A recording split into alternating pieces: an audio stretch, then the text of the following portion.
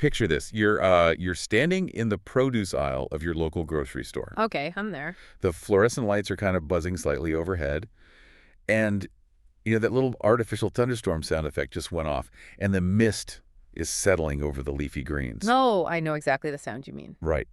So you're standing there, and you are holding two organic items. In your left hand, you've got an organic apple, and it's from a farm maybe, I don't know, 20 miles down the road. Yeah. And in your right hand, an organic banana that was shipped all the way across the globe. And you're trying to make the right choice, but honestly, you're completely paralyzed. Obviously, there's a guilt. Right. Exactly. There's this low-level grocery shopping guilt that just creeps in. Because, you want to support your community, but you also want a balanced diet. You want to protect the planet, but you also really need to stay within your weekly budget. It is incredibly common. And that guilt you're describing, it's something almost everyone feels right now. Yeah, stressful. So that's why today we are doing a deep dive into this exact dilemma. We are going to put the fruit down for a second, and we're tearing apart the supply chain to figure out what actually happens between the dirt and your grocery cart. And it's a great mission because as organic food has, really surged in popularity across the US and Canada, the debate around local versus imported has just gotten deafening. Oh, absolutely. And we so often treat these two systems like they're locked in this zero-sum battle. Like one has to be the hero and the other is the villain. Right, the good guy and the bad guy. Exactly.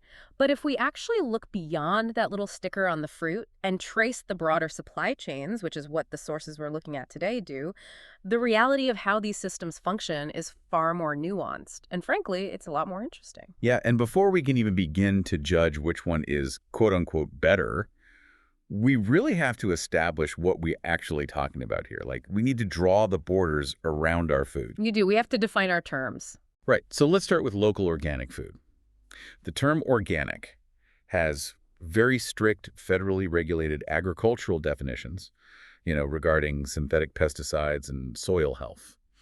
But local feels a bit more like a marketing term to me. It's really fluid. Oh, it is very fluid.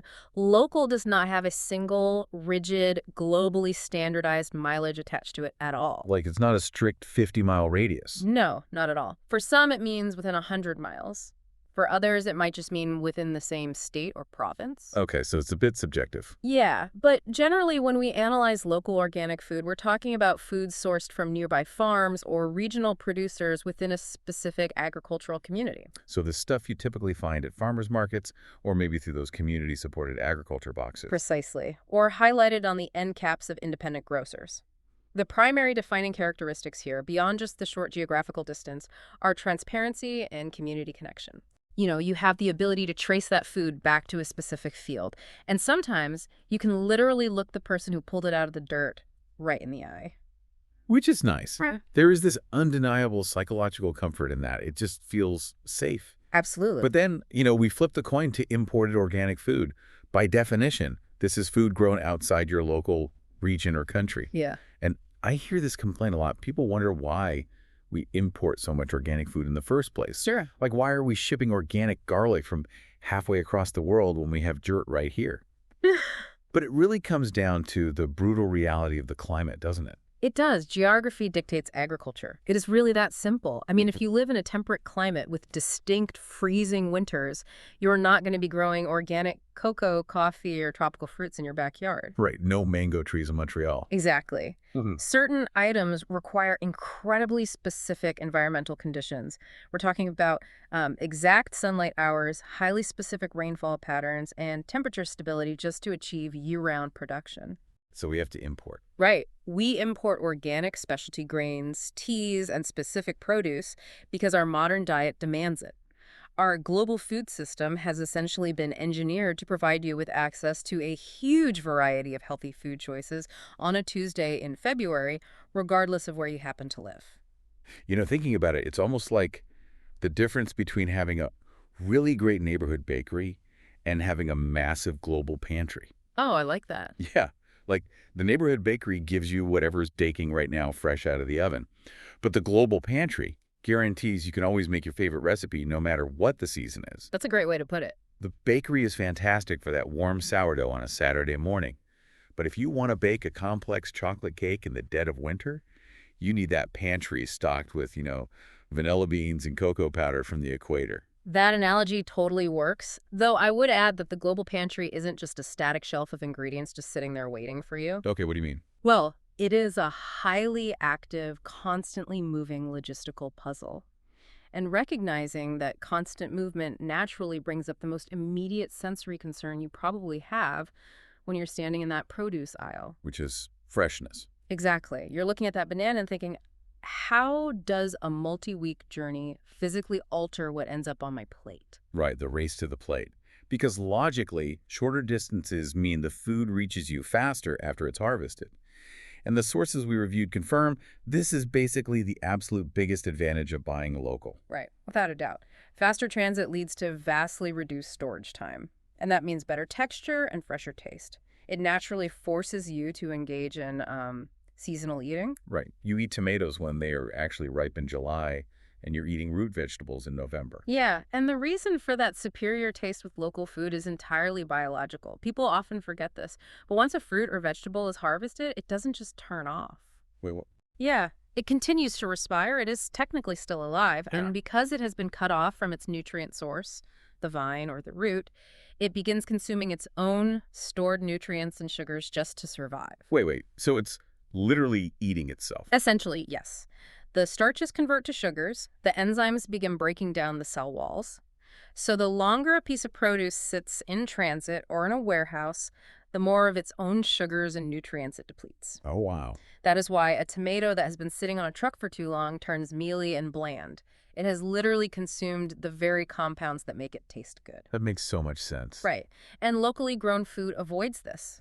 It can be left on the vine or in the soil much longer to fully ripen, so it develops its absolute peak nutritional and flavor compounds, because its post-harvest survival only needs to last through like a short pickup truck ride to the morning market. Okay, let's unpack the flip side of that, though. Yeah. Because if local is so much fresher, since it stays on the vine longer, does that automatically mean that imported organic food is inherently stale? Not necessarily. Because, I don't want to think that the organic banana I just bought is basically nutritional cardboard just because it took a boat ride.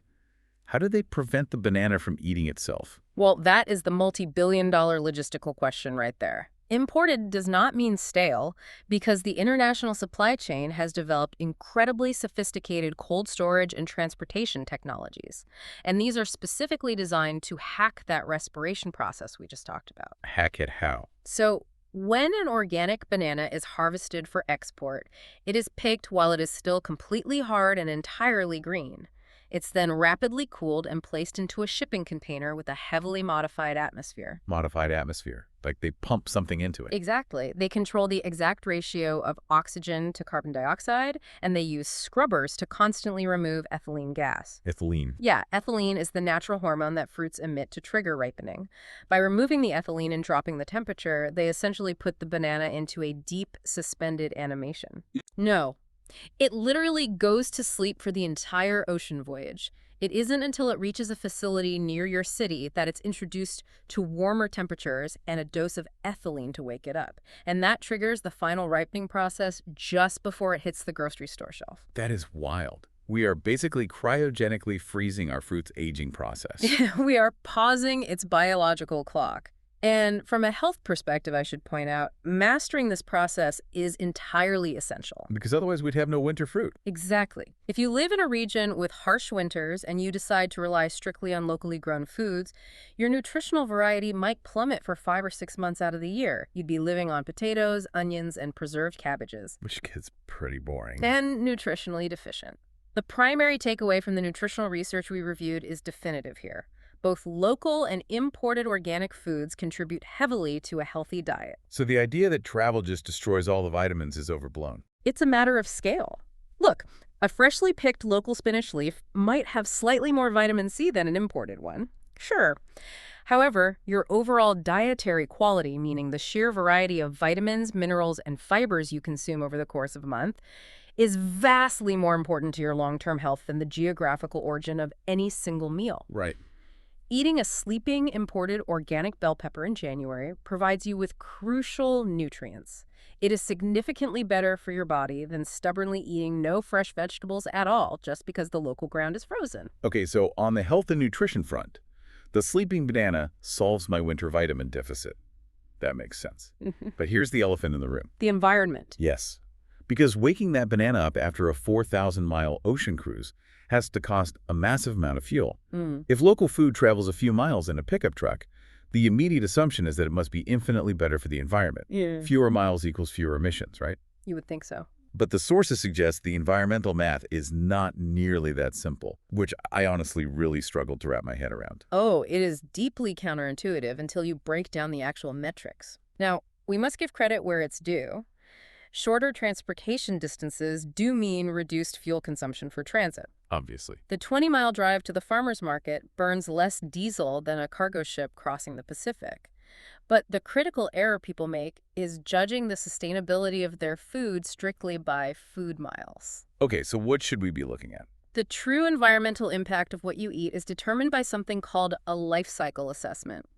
Transportation is just one small slice of a very large pie. Okay, I think I get this. It's like judging a car's entire environmental impact strictly by its highway gas mileage, right? While totally ignoring how much raw metal had to be mined, how much energy the factory used to build it, and what happens to the battery when it dies. You're ignoring the creation of the thing. That is exactly the right framework. That's a perfect analogy. When we perform a life cycle assessment on agriculture, we have to calculate the farming methods, the energy used on the farm itself, the water footprint, the storage requirements, the packaging systems, and the overall production efficiency. So we're looking at the whole picture. Right. Let's look at a concrete example that really highlights this paradox. Suppose you are in Toronto, Canada, in the middle of February, and you want to buy organic tomatoes. Option A is local. Option B is imported from Mexico. Right. And naturally, my brain immediately says, buy the Canadian tomato. It didn't take a massive truck ride across the continent. But let's look at the life cycle assessment.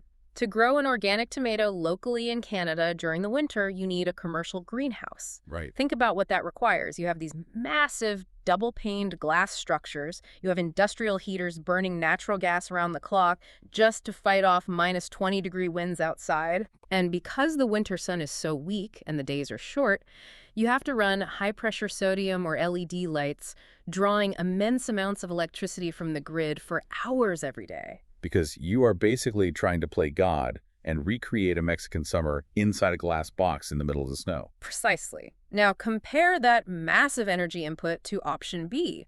Those same tomatoes can be grown in an open field in Mexico. They are using free, abundant, natural sunlight. They don't need artificial heating. Right. The energy required to grow them is just a tiny fraction of the greenhouse tomato.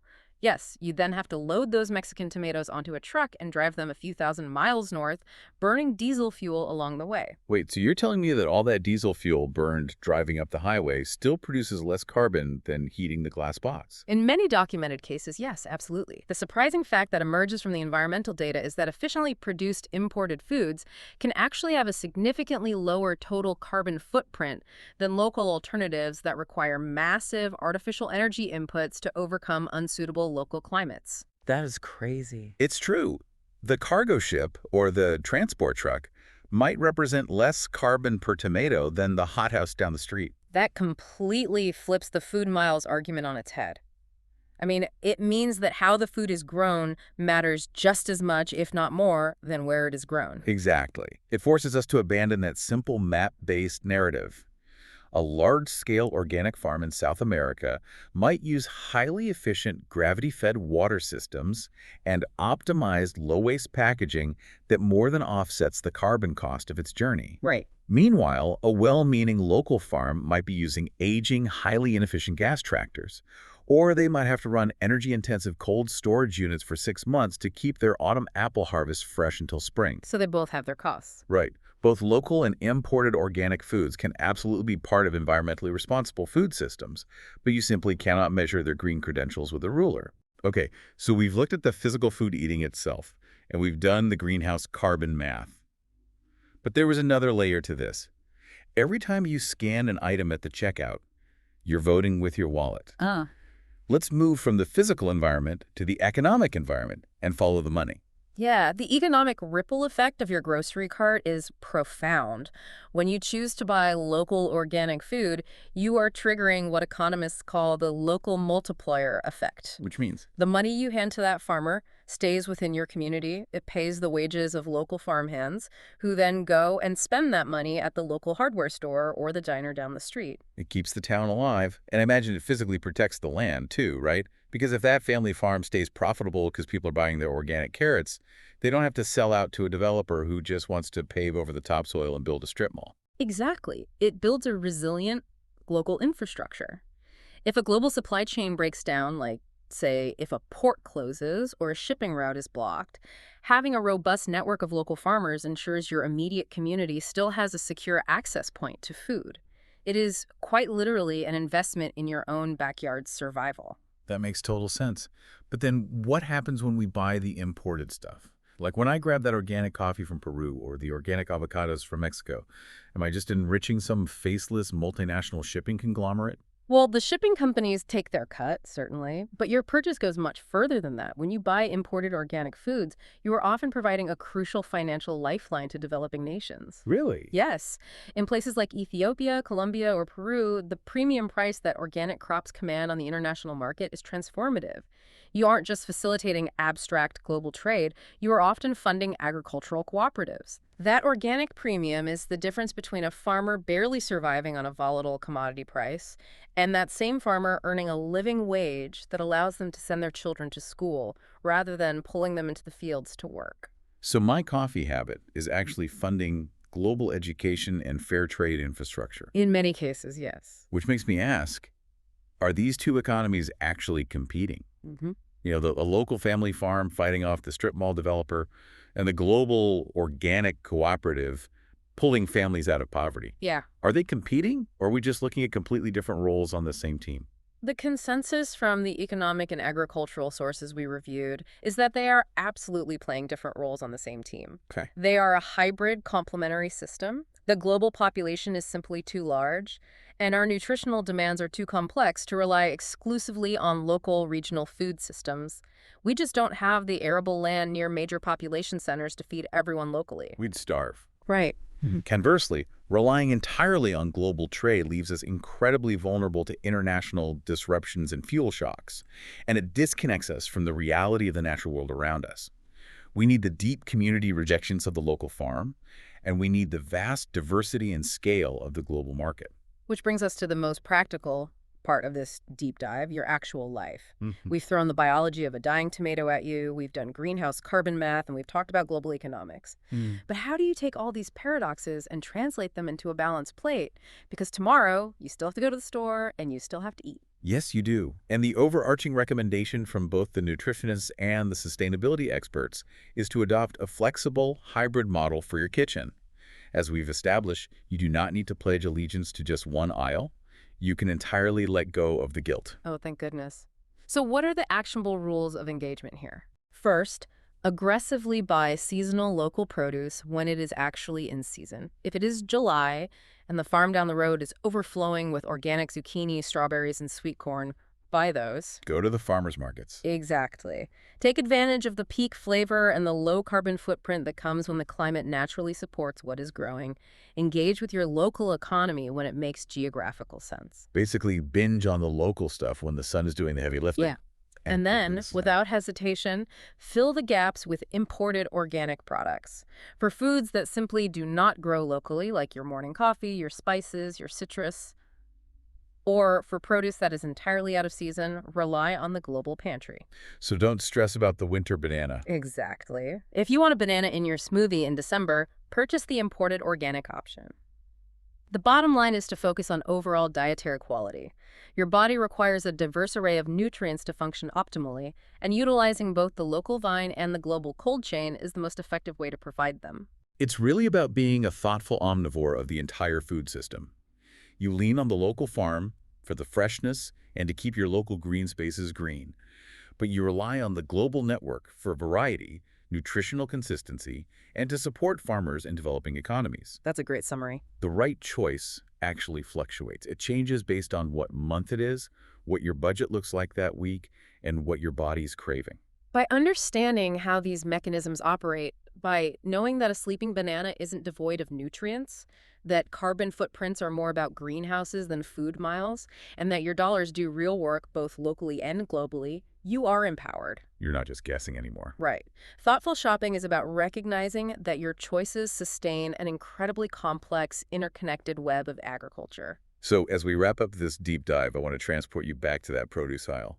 Next time you're standing there under the mist, holding the local apple and the imported banana, you don't have to feel that paralysis. Leave the guilt at the door. Exactly. You know that the apple represents seasonal perfection and a vote to keep your local economy strong. And you know the banana represents a marvel of cold chain technology, global agricultural trade, and year-round nutritional diversity. They aren't enemies. They both belong in your cart. Thank you for taking this journey with us and tearing apart the supply chain. It is always illuminating to look beneath the surface of the simple everyday acts that keep us alive. But before we let you go, I want to leave you with one final thought to mull over. We talked about that massive paradigm shift regarding the environmental footprint, how the energy used to grow the food in a greenhouse can easily eclipse the fuel used to ship it. Well, think about the rapid advancements we are seeing in technology right now. We are developing zero-emission cargo ships powered by green ammonia. We are automating logistics with AI to perfectly optimize routes.